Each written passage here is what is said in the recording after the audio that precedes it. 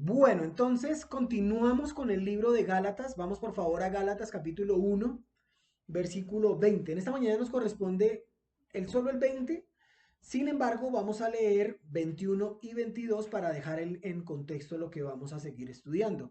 Vamos por favor a Gálatas capítulo 1. Vamos a leer 20, 21 y 22. Recuerden que yo lo leo en la Biblia de las Américas. ¿Cuál es la idea?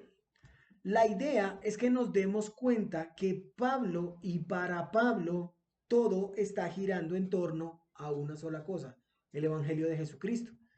Entonces, mira lo que dice Pablo en Gálatas capítulo 1, versículos 20, 21 y 22. Dice, en lo que os escribo, os aseguro delante de Dios que no miento. Después fui a las regiones de Siria y Cilicia, pero todavía no era reconocido en persona en las iglesias de Judea que eran en Cristo, sino que solo oían decir, el que en otro tiempo nos perseguía, ahora predica la fe que en un tiempo quería destruir. Vamos a orar y comenzamos. Señor, te pedimos y te rogamos tu favor, voz de Dios, nunca voz de hombre, Señor. Gracias porque tú eres muy bueno, hasta aquí nos has traído y es solo por tu misericordia. Gracias te damos, mi buen Dios, en el nombre de Jesús oramos. Amén y amén. Pablo, todo es en torno al Evangelio de Cristo. Mira, por ejemplo, Romanos capítulo 1, versículo 1. Miremos, por favor, Romanos 1:1 para ampliar lo que Pablo está diciendo y lo que Pablo nos quiere enseñar a nosotros por medio del Evangelio de Jesucristo. Dice así Romanos 1:1. Pablo, siervo de Jesucristo, llamado a ser apóstol y apartado para el Evangelio de Dios. Hemos dicho ya que la palabra apóstol significa uno que es enviado, no más. Sí, yo sé que hoy hay personas que se hacen llamar apóstoles, pero también hay otros que se hacen llamar Becan David o Hitler o Napoleón, pero no quiere decir que eso sea verdad. No, apóstol significa uno que es enviado. Y entre estos apóstoles estaban los 12. Nosotros sabemos quiénes son. Por ejemplo, Pablo se encontró con Pedro. Pablo se encontró con Jacobito. Pablo se encontró con ellos dos y dice que no había nadie más. Sin embargo, nosotros tenemos que recordar que entre esos dos estaba Juan, estaba Judas, no el hermano del Señor, sino otro Judas, Andrés, Felipe, Bartolomé, Tomás, Simón, y luego estaba Judas Iscariote, pero también Judas Iscariote fue reemplazado por Matías. Eso lo vemos en el libro de Hechos. A estos 12 hombres, Dios les dio autoridad apostólica. Ellos podían hacer milagros cuando quisieran. Ellos podían hacer milagros cuando quisieran. Y aquí es donde surgen preguntas. ¿Acaso Judas Iscariote también predicó el Evangelio de Jesucristo? ¿Acaso Judas Iscariote también tenía el Espíritu Santo? ¿Acaso Judas Iscariote también hizo sanidades, milagros y portentos? Tremendo. Mira lo que dice Mateo. Mateo, ¿dónde estás que no te veo? Hay Mateo, Nuevo Testamento. Vamos por favor a Mateo capítulo 10, versículo 1. 1. Y nos vamos a dar cuenta que realmente quien da autoridad para hacer ciertas cosas siempre es y ha sido Dios. No más. Mateo 10:1 dice así. Entonces, llamando a sus 12 discípulos, les dio autoridad sobre los espíritus inmundos para que los echasen fuera y para sanar toda, si puedes subrayar tu Biblia ahí donde dice toda enfermedad y toda dolencia. El mismo Señor fue quien delegó este poder, su poder suyo de él a estos hombres con el propósito de demostrar claramente que Jesús de Nazaret y el reino que Jesús de Nazaret vino a establecer es un gobierno soberano sobre lo terreno y sobre lo espiritual. Que nuestro adversario el diablo está vencido, agonizante, y por eso da patadas de ahogado, quiere acabar con ese reino. Lo que ellos hacían nos muestra un tremendo poder inigualable. ¿Por qué? Sencillo, porque ellos están anunciando la llegada, la venida y el establecimiento del Rey de Reyes y Señor de Señores. Este poder mostraría y este poder exhibe el poderoso Hijo de Dios como Rey soberano, quien los envió. Ese es el propósito del poder que Dios, que Jesús de Nazaret le dio a estos 12. Y un día, camino a Damasco, el Señor se le apareció a un hombre llamado Saulo, perseguidor, asesino, injusto, criminal, pero lo llamó con un firme propósito. Nosotros ya hemos estudiado y hemos visto, pero quiero que leamos Hechos 9:15. Hechos 9:15. ¿Por qué? Porque todo gira en torno al Evangelio de Jesucristo. Créanme, mis hermanos, que muchos hoy están diciendo que tienen poderes milagrosos. Muchos hoy están diciendo que pueden echar fuera demonios y hacer cierta clase de cosas. Pero realmente ese poder que Dios le dio a sus discípulos y a Pablo es para mostrar que el reino de Dios se ha acercado. Hechos 9:15 dice, pero el Señor le dijo, ve, le está hablando a Ananías, porque él me es instrumento escogido para llevar mi nombre en presencia de los gentiles, de los reyes y de los hijos de Israel, porque yo le mostraré cuánto debe padecer por mi nombre. A mayor poder, mayor responsabilidad. Ush. No se trata de acá mayor poder, mayor YouTube, mayor Net, mayor estadios, mayor no, mayor responsabilidad. Cristo mismo llamó a Saulo para ser apóstol de él, para llevar este tremendo mensaje que cambia vidas. Recordemos, mis hermanos, la Biblia es una espada y esta espada te apuñala, pero en lugar de matarte te da vida, te da esperanza, te da el lugar que tú y yo merecemos en el reino de los cielos. Pablo ahora tenía tremenda comisión, una tarea nada fácil. Recuerda, a mayor poder, mayor responsabilidad. Miremos lo que dice segunda a los Corintios capítulo 12:12. Segunda a los Corintios 12:12. Segunda a los Corintios 12:12 dice así. Con todo, las señales de apóstol han sido hechas entre vosotros en toda paciencia, por señales, prodigios y milagros. Voy a leerlo en la traducción lenguaje actual, Corintios 12:12. La paciencia con que he trabajado por ustedes, dice Pablo, y los milagros y las cosas maravillosas que he hecho con el poder de Dios demuestran que soy un verdadero apóstol. ¿Cuál es el mayor milagro? ¿Vista a un ciego? ¿Que un mudo hable? Si nosotros nos damos cuenta, Jesús de Nazaret, mientras estuvo aquí, fue muy polifacético en hacer milagros. Una vez escupió y puso, otra vez solamente dijo. En otras, llegó y le dijo, hágame un favor, usted ya está, vayan y mientras iban caminando se sanaban. ¿Cuál es el mayor milagro que hay? Y quiero utilizar una ilustración para esto. En una ocasión estaba un maestro enseñando acerca de los milagros de Jesús. Entonces el maestro decía, ese milagro fue un pequeño milagro. Darle de comer a más de 5,000 personas, un pequeño milagro. Otro pequeño milagro fue darle vista a un ciego.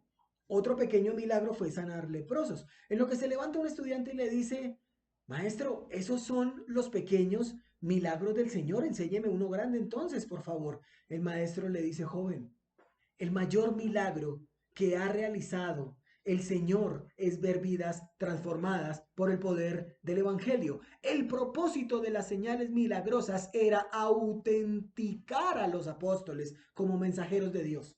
Pablo había sido difamado, desacreditado, considerado como nada. Sin embargo, había dado pruebas de que fue Cristo mismo quien lo comisionó. ¿Cómo? Pues por medio de señales, maravillas y milagros. Pero aún mejor, con la paciencia para poder enseñar y ministrar a otros. Pablo tenía todo el poder de castigarlos y disciplinarlos. A la iglesia de Galacia, a las iglesias de Galacia, poderle haber dicho, oiga, ustedes son de lo peor, ¿no? Uno no puede dar las, especialmente escuchar esa frase, uno no puede darle la espalda a usted porque, mejor dicho, uy, no. Tenía toda la autoridad apostólica para hacer que quien no cree, quien no hace, quien no predica, podía exterminarlo. El tal se ha entregado a Satanás.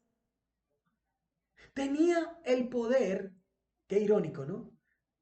Pablo tenía el poder para hacer lo que quería hacer como Saulo. Pero Pablo dice que trató a todos con paciencia. ¿Entendemos cómo el evangelio cambia a las personas? Les garantizo que si Saulo de Tarso hubiera tenido este poder, hubiese matado cientos de miles de personas. Pablo sabía que en las iglesias de Galacia sus enemigos pondrían en tela de juicio la forma en que se están presentando los hechos. Por eso Pablo dice, les estoy diciendo la verdad. Dios sabe que no miento. ¿Saben qué pasó? Que tuvo que recurrir a Dios. Tiene que clamar a quien lo llamó. Tiene que invocar a quien lo sostiene. Tremendo. Por eso él dice que todo lo que está escribiendo es verdad y para bien. Y es que esto es lo que más me maravilla, mis hermanos, que no solamente todo lo que está escribiendo es verdad, sino que es para bien de aquellos que lo leen en esa época y que lo leemos en esta época, que es algo muy bueno para aquellos que lo entienden en esa época, pero también que lo entienden en esta época. Y es más maravilloso porque es para aquellos que lo practican en esa época, cuanto más en esta época. Por eso Pablo es el siervo de Jesucristo, es llamado a ser apóstol, es apartado para el Evangelio de Dios, es su mensaje. Y solamente Dios nos dice a nosotros cómo Él establece la forma en que nos vamos a relacionar con Él. Nosotros pecamos, cometimos muchos errores, caímos, pero Dios realmente nos enseña que es su evangelio. Es la forma como Él quiere que nosotros nos relacionemos. ¿Y quién va a discutir con Dios esa parte? ¿Saben? No es el hombre caído que se levanta a buscar a Dios. Es Dios quien se agacha en busca de miserables caídos como nosotros. Cristo no solo les dio poder para confirmar su apostolado con milagros, también les dio autoridad para hablar como sus representantes oficiales. Cada uno de los hombres del Nuevo Testamento se sometieron, se sujetaron al poder del Espíritu Santo para poder escribir lo que allí dice. Y que esta sea la palabra de Dios, porque el Evangelio es de Dios, le pertenece a Dios, sale de Dios y Él cuida ese tremendo Evangelio. Y no solo eso, también cuida a sus siervos, quienes predicamos el Evangelio. ¿Por qué? Porque es su Evangelio. Es su buena noticia. Esta noticia que se origina en Dios. El mensaje es el perdón de pecados, libertad de deleitarse en el pecado. Y como si fuera poco, dice Juan, allá en su primera carta, en su primera epístola, dice, primera de Juan 5:13, estas cosas os he escrito a vosotros que creéis en el nombre del Hijo de Dios, para que sepáis que tenéis vida eterna y para que creáis en el nombre del Hijo de Dios. ¿Saben para qué es este evangelio? Para darte seguridad de una vida eterna. Debemos tener confianza plena, mis hermanos. ¿Se acuerdan? El ya, pero todavía no. Ya, ojo con ese ya. Ya, ya poseemos la vida eterna. Ya la tienes. Si mueres hoy, ¿dónde pasarás la eternidad? ¿Realmente? ¿Vida eterna o existencia eterna? Esto no es aquí, esto no es ahora, porque si no, eso sería una broma muy pesada. Esos que os perturban, esos falsos hermanos, esas personas que llegaron a la iglesia de Galacia y sacudieron a la congregación, empezaron a meter ese veneno, esas pullitas. Y surgieron preguntas, venga, ¿será que sí? ¿Será que realmente toca añadir algo a la salvación? ¿Será que es Cristo y las obras? ¿Será que debo circuncidarme? ¿Será que tengo que dejar de comer ciertas cosas? Mis hermanos, eso es legalismo. Lo que Dios quiere al día de hoy no es si tú comes rellena, chorizo, chanfaina, chunchullo, la vitamina H. No, come toda la vitamina H que quieras. Lo que Dios quiere es tu corazón. Dice, pero es que si como mucha vitamina H se va a afectar mi corazón. No, eso es otra cosa. Eso ya es otra enfermedad. Pablo, entre líneas, está respondiendo. Ustedes se unieron a la fe de Cristo, a sus fundamentos. Ustedes tienen una correcta visión de Cristo, ahora deben obedecer y andar en amor. Declaro delante de Dios que no es mentira lo que les escribo, dice Pablo. Pablo, un hombre que tiene bien presente, que está delante siempre de la... Miren, mis hermanos, esto es muy importante. Pablo es un hombre que tiene muy presente, que todos los días de su vida está delante de la presencia de Dios. Si yo, por ejemplo, salgo con mi esposa todos los días, ella sabe por dónde vamos, para dónde vamos, cómo vamos, a dónde compramos, qué hacemos. Pero si yo estoy con Dios, Él sabe por dónde voy, para dónde voy. Pero no solamente sabe eso, sabe qué pienso, sabe qué opino, sabe mis intenciones. Si las enseñanzas de Pablo giran en torno al Evangelio, su vida gira en torno a la realidad que está viviendo en la misma presencia de Dios, el Dios que ama. Pero ¿saben que hay algo más significativo que yo ame a Dios?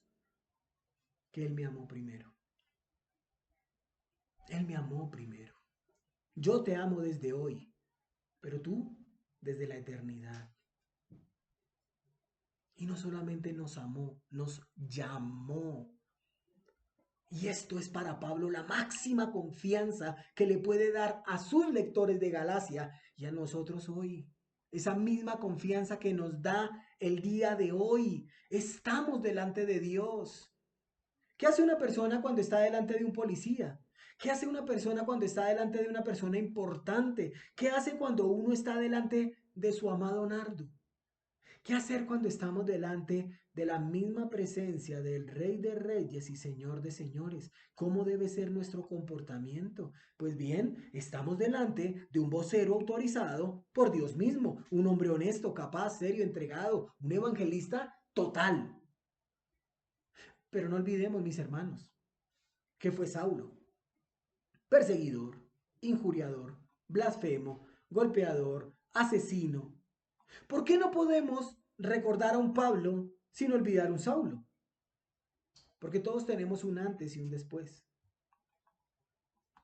Y es muy importante que nuestra fuerza al día de hoy proviene de Dios, no de hombres. Este Pablo no era un apóstol de segunda mano, no era un enseñador de fábulas, era un apóstol enviado por Cristo a ministrar a otros. O es Pablo el apóstol o es Saulo el perseguidor. Siempre, siempre vamos a ver que la escritura nos habla dualmente o somos honestos y reconocemos que todos los días, a toda hora, estamos delante de la presencia misma de Dios o no lo estamos. Honestos o falsos. A eso le está apuntando Pablo a la iglesia de Galacia. No, no, no, no, no. Es que el hecho de que yo no esté al lado de ustedes no quiere decir que ustedes tengan que comportarse como se les dé la buena voluntad. A eso le está apuntando Pablo con estos primeros versículos que terminamos de estudiar. A eso le apuntó Pablo con la visita a Jerusalén, con la entrevista a Pedro, a Jacobito. Pone a Dios como testigo que lo que está diciendo es la pura verdad. Preguntan esta mañana, ¿permaneces en la verdad? Oh, no, no, no, no, no, no, no. Decía la señorita Mariela, ¿permanecemos en la verdad? ¿Permanecemos en esa verdad? Entendemos que todos los días, a toda hora, en todo momento, 7:24, estamos delante de la presencia misma de Dios. Juan capítulo 8, versículo 31, por favor. Juan 8:31. Juan 8:31. ¿Quién habla? Jesús. ¿Quién escucha? El pueblo judío. Creyentes. Mira lo que dice Juan 8:31. Dijo entonces Jesús a los judíos que habían creído en él. Dos puntos. Si vosotros permaneciereis en mi palabra, seréis verdaderamente mis discípulos y conoceréis la verdad y la verdad os hará libre. ¿Queremos ser verdaderamente discípulos del Señor? Pues permanezcamos en la palabra del Señor. Juan está resaltando la verdad con la libertad. Si estamos en la verdad, somos libres. Si estamos en la verdad, somos firmes y constantes. Si estamos en la verdad, somos maduros y comprometidos. ¿Cuál es el primer paso para entender la verdad? Creer en Cristo, que es el Mesías, el Hijo de Dios. ¿Cuál es el segundo paso? Obedecer y creer que todos los días estamos delante de la presencia misma de Dios. Tenemos que persistir en las palabras de Jesús de Nazaret.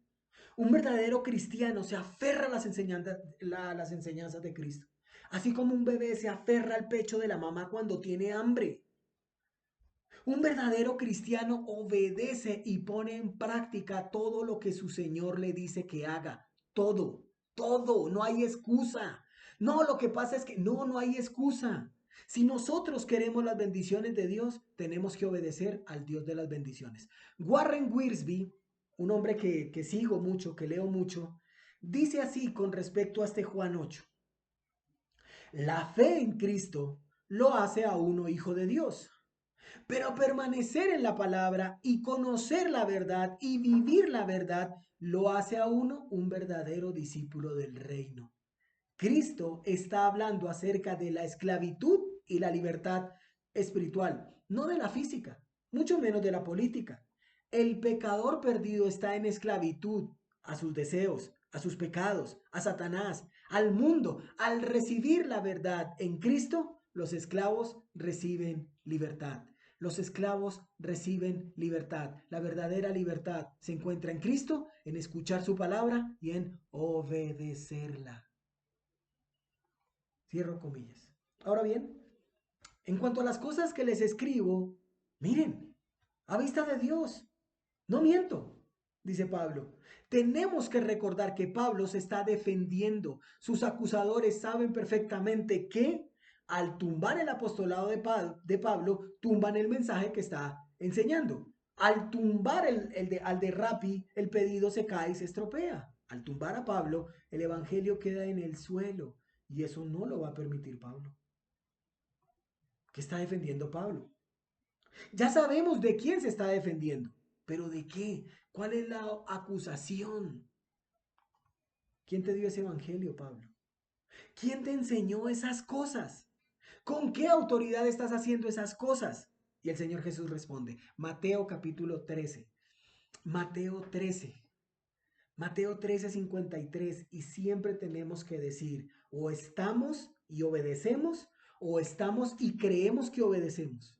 Porque si una media verdad, si una media verdad es una mentira completa, una media obediencia es una desobediencia absoluta y total. Mateo 13:53. Mateo 13:53. Aconteció que cuando terminó Jesús estas parábolas, se fue de allí. Y venido a su tierra, les enseñaba en la sinagoga de ellos, de tal manera que se maravillaban y decían, ¿de dónde tiene esta sabiduría y estos milagros? ¿No es este el hijo del carpintero? ¿No se llama su madre María y sus hermanos Jacobo, José, Simón y Judas? ¿No están todas sus hermanas con nosotros? ¿De dónde pues tiene todas estas cosas? Y se escandalizaban de él. Pero Jesús les dijo, no hay profeta sin honra, sino en su propia tierra y en su casa. No hizo allí milagros a causa de la incredulidad de ellos. Yo quisiera que Dios respondiera a mis oraciones a causa de la incredulidad de ellos. Yo quisiera que Dios me bendijera a causa de la incredulidad de ellos. Yo quisiera, miren, la gente conocía muy bien al niño. La gente vio jugar al joven, la gente vio crecer al adolescente de Nazaret y se indagaban de dónde aprendió este hombre tantas cosas, cómo puede hacer estos milagros, es el hijo de José y del carpintero ese, ¿cómo es que sabe tanto? Esto mismo le pasó a su siervo Pablo. Y le garantizo una cosa, mis hermanos, esto mismo le va a pasar a los siervos que queremos enseñar las verdades del Evangelio. Nuevamente, apelo a Warren Wiersbe sobre este versículo, sobre este capítulo. La simiente de Satanás, dice Warren, el doctor Warren, no es mi amigo, el pastor Warren, la simiente de Satanás se opuso a Pablo cuando éste empezó su obra misionera. Y durante toda su vida, Satanás se opuso a Pablo, como lo hace la iglesia de hoy, con un evangelio falso, ministros falsos, falsa justicia y falsos hermanos. No te sorprendas que en algún momento te digan despectivamente que te volviste un aleluya, un evangélico. Ay, usted antes era tan chévere. Usted era de un ambiente tan chévere. Yo me acuerdo que usted era el alma de la fiesta. Sí, esa alma murió. Qué lástima que hayamos perdido a un gran amigo. ¿Saben qué dice Cristo? Todo aquel que quiera ser mi seguidor tendrá que sufrir oposición. Y la primera oposición está aquí, en el yo. Porque si yo no domino esta carne, la carne me gana. Y siempre vamos a tener excelentes excusas para no obedecer a Dios. Siempre. Pablo está ardiendo en celo por el Evangelio. Pablo quiere ser muerto. Pablo quisiera ser vituperado. Pablo quiere sufrir por causa del Evangelio. Lo que Pablo no quiere es que el Evangelio sea ofendido. El Evangelio hoy más que nunca está corriendo un peligro enorme. Las iglesias están llenas de personas que piden y piden y piden, declaran, decretan. Pero es que esto es lo que les están enseñando. Estos falsos maestros se dedicaron a reclamar, pero nunca a estorbar el pecado. Están enseñando obras que se hace mucho tiempo, que se hicieron hace bastantes años. Están enseñando que ellos pueden hacer la obra que Jesús les enseñó que hicieran sus apóstoles para autenticar un ministerio, pero que hoy no se requieren porque tenemos la palabra profética más segura a la cual hacemos bien estar atentos. Pablo quiere tapar la boca de estos hombres que como Galacia al día de hoy buscan su beneficio personal, que sus cuentas bancarias sumen, que su familia esté muy bien posicionada. Y a ellos Pablo tiene que taparle la boca. Al Señor Jesús no le creyeron. Lo vimos con Jacobito, sus hermanos, su familia, su barrio, su gente no le creyó. Por eso hay que contender ardientemente con cada uno de nosotros. ¿Cómo queremos impactar al mundo? ¿Cómo queremos que nuestra familia llegue a los pies del Señor si nosotros mismos no estamos convencidos de que tenemos que hacer? ¿Cómo? Es una tontera. Es ilógico que queramos impactar a un mundo caído y pecaminoso si nosotros mismos no somos capaces de luchar con nuestra carne y predicar y llevar el evangelio a toda criatura. Mira lo que dice Tito 1:10, por favor, Tito 1:10. No os engañéis, Dios no puede ser burlado. Todo lo que el hombre se sembrare, eso también segará. Pero mira lo que dice Tito 1:10. Tito 1:10 dice así: porque hay muchos contumaces, habladores de vanidades, engañadores, mayormente los de la circuncisión, versículo 11, a los cuales es preciso tapar la boca, que trastornan casas enteras, enseñando por ganancia deshonesta lo que no conviene. Nuevamente voy al doctor Warren Wiersbe. Donde quiera que Cristo, dice el doctor Warren Wiersbe, donde quiera que Cristo siembra una buena semilla, Satanás viene atrás con otra semilla. Eso no, así es, eso no, no se preocupe, eso no pasa nada. Había en Creta, donde Tito estaba pastoreando, un grupo que contradecía las enseñanzas de Pablo y enseñaba fábulas judías, o sea, legalismo y mandamientos de hombres, o sea, tradicionalismo. Tenemos que tener cuidado con estas falsas enseñanzas y sobre todo con lo que nosotros pensamos. ¿No pasa nada? Dile a Dios, dile a Dios que no pasa nada. No, eso no, no, no, pero ¿y qué? Pero es que Pablo sabe perfectamente la seriedad del Evangelio. Pablo sabía perfectamente la seriedad de un compromiso, de una promesa, de un voto. ¿Se acuerdan de Eclesiastés 5:5? Que lo estudiamos ya hace bastante tiempo. Mejor es que no prometas y no que prometas y no cumplas. Todos los días estamos delante de Dios. Todos los días. Es que el domingo es el día del Señor y el lunes también y el martes y el miércoles y el jueves. O sea que constantemente estamos obligados a vivir para Dios. Si no vives para Dios, perdón, si no vivimos para Dios, vivimos para la carne. Si no vivimos para Dios, vivimos para el mundo. Si no vivimos para Dios, vivimos para el adversario. No os engañéis, Dios no puede ser burlado. Pablo está seguro de que quien lo llamó es Dios y que el contenido es de origen divino. El contenido de ese mensaje es de origen divino. Bueno, bien. Retroalimentación. ¿Qué hemos visto hasta acá? Que el Evangelio de Jesucristo es la justificación por la fe sola, sin obras. Es lo que está defendiendo Pablo de los falsos hermanos. Este evangelio es de origen divino y le fue encomendado a Pablo por el mismo Señor Jesús resucitado entre los muertos. Este mensaje Pablo lo aprendió de Cristo, no de ningún hombre. Ahora bien, somos salvos por gracia, no por obras. Pero nuestras obras demuestran esa gracia, las cuales Dios preparó de antemano para que anduviésemos en ellas. También Pablo nos dice que estuvo con hombres piadosos como Pedro, Pedrito y Jacobito. Y todo esto para mostrarnos y enseñarnos que necesitamos urgentemente rodearnos de personas de fe, necesitamos urgentemente estudiar a conciencia la palabra de Dios, necesitamos urgentemente que entendamos que el estudio no es solamente para predicadores, líderes, es para todos. Mis hermanos, esto es para todos, sin excepción. No hay creyentes novatos, no hay creyentes inexpertos, hay es creyentes perezosos que no quieren estudiar la escritura. ¿Saben qué es lo que pasa? Que cuando nosotros empezamos a adquirir más conocimiento, empezamos a refutar con respeto lo que falsos maestros están enseñando al día de hoy. Mire, la Biblia dice, no os hagáis maestros muchos de vosotros sabiendo que recibiréis mayor condenación. Lo que Jacobito, que fue quien escribió allá en Santiago, dice aquí es, hey, no te desalientes en la enseñanza. No te desalientes, pero te advierto que asumir ese reto es de gran seriedad. Por eso animamos al estudio de la palabra, a escudriñar la escritura, porque ella es vida.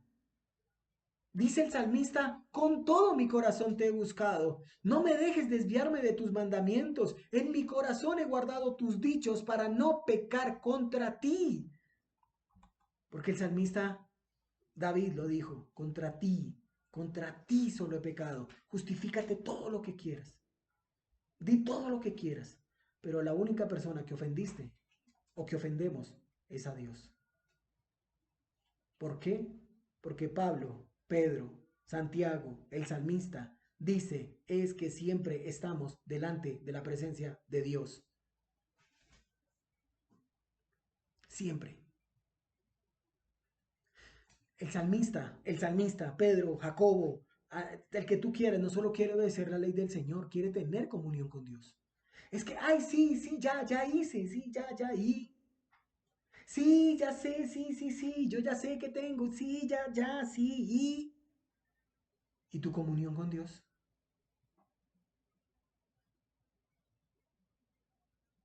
Ese Dios que te dio el desayuno, que ayer te permitió desayunar, almorzar y cenar, que te permitió tener una cama caliente, que te permite y solo te exige una cosa y no lo hacemos. Él se aproxima a nosotros. Él quiere tener una comunión real. Es una búsqueda real y correcta. Y esto se puede hacer. Toda persona que se compromete con Dios de todo corazón lo puede hacer. El modo más simple es buscar a Dios mientras pueda ser hallado. Y aunque tengamos debilidad, y aunque caigamos, debemos seguir, debemos esforzarnos, debemos perseguirlo. Un verdadero adorador no puede durar mucho tiempo sin comunión con Dios. Es por la obediencia que seguimos a Dios y le buscamos. Por eso debemos orar, por eso debemos estudiar. No debemos dejar el camino que Dios señaló y ese camino es Cristo. Porque si dejamos ese camino, nunca encontraremos al Dios que señaló ese camino. Cuanto más un hombre sabe que está en la misma presencia de Dios, más teme caer en pecado. Si yo sé que estoy delante de la presencia misma de Dios, voy a aborrecer el pecado con mis ojos, dice Job capítulo 31. He hecho un pacto con mis ojos para no mirar a ninguna mujer. Porque una persona que está delante de Dios teme caer en pecado. Está empeñado en su santidad. Tenemos que ser unos buscadores fuertes y violentos. Porque de los violentos, dice la Biblia, arrebatarán el reino de los cielos. ¿Saben qué pasa? Cuando nosotros buscamos fuertemente al Señor, no vamos a tener ni tiempo, ni voluntad, ni recursos para desviarnos del verdadero camino. Tendremos tanto temor y temblor que nos tiraremos de rodillas a clamar por misericordia. Tendremos un celoso temor que nunca permitiremos desviarnos de este hermoso camino. Les aseguro, dice Pablo, delante de Dios, que lo que les estoy escribiendo es la verdad. El hombre de Dios se esfuerza, lucha en busca del Señor mientras atraviesa este peregrinaje. Muchas veces pensamos que hemos perdido el rumbo, que nuestras malas decisiones nos llevaron a lo último, que ya no podemos más, que lo que sucedió no tiene remedio. Querido, te digo en esta mañana, el camino está oculto a los ojos de los hombres, pero nunca hemos perdido el rumbo porque nuestra confianza, nuestra en nosotros, está en Dios. Podemos perder la fuerza y decimos, Señor, ¿de dónde viene la fuerza? Mi socorro, ¿de dónde puede venir? Y podemos decir, como dijo el salmista, mi socorro viene de Jehová que hizo los cielos y la tierra. Nuestro Dios es ayudador, nuestro Dios es guardador, nuestro Dios es protector, nuestro Dios es defensor. Todo depende de dónde estamos buscando nuestra ayuda. Todo depende de en quién está nuestra confianza, en Dios o en nosotros. Ese salmo, ese David asegura que el peregrino fiel, quien sube a Jerusalén, Dios mismo lo vigilará en su ascenso. Cristo, Pablo, Pedro, Jacobito y yo queremos que en este peregrinaje estemos totalmente seguros que es Cristo y solamente Cristo quien no te va a dejar solo. No importa lo que suceda, no importa lo que haya pasado, busquemos a Jehová mientras pueda ser hallado. Es triste ver que las personas de hoy rechacen el evangelio de la sola fide y traten de mezclar la ley con la gracia. Necesitamos volver al sencillo mensaje de la gracia. La salvación es solo por gracia, solo por fe, solo por Cristo. No podemos pervertir este único evangelio. Y Pablo continúa diciendo en Gálatas capítulo 1, versículo 21, 22 y 23, después fui a las regiones de Siria y de Cilicia, y no era conocido de vista las iglesias de Judea, que eran en Cristo. Solamente oían decir, aquel que en otro tiempo nos perseguía, ahora predica la fe que en otro tiempo asolaba, y glorificaban a Dios en mí. Mis hermanos, ¿quieres que nuestro Dios sea glorificado? Vive, perdón, vivamos el Evangelio. ¿Queremos que más personas lleguen a los pies de Cristo? Primero nosotros tenemos que creer que lo que la Escritura dice de Génesis 1:1 hasta Apocalipsis 22:21 es la palabra de Dios y es verdad. Porque si nosotros no creemos en algo o no creemos en alguien y no lo obedecemos, créame que nadie lo va a hacer. ¿Qué tan comprometido estamos con nuestro Señor? ¿Con aquel que te provee? ¿Con aquel que te dijo hoy, vive? ¿Qué tan comprometido estamos con Él? Pensemos en que realmente hay una responsabilidad humana. Amén. Oramos. Padre, gracias. Gracias por todo lo que haces y por todo lo que harás. Hoy más que nunca te necesitamos, Señor. Ayúdanos. Es en el nombre de Jesús que oramos. Amén y amén. Dios los guarde. Dios los bendiga. Chao, chao. Bendiciones. Gracias a todos.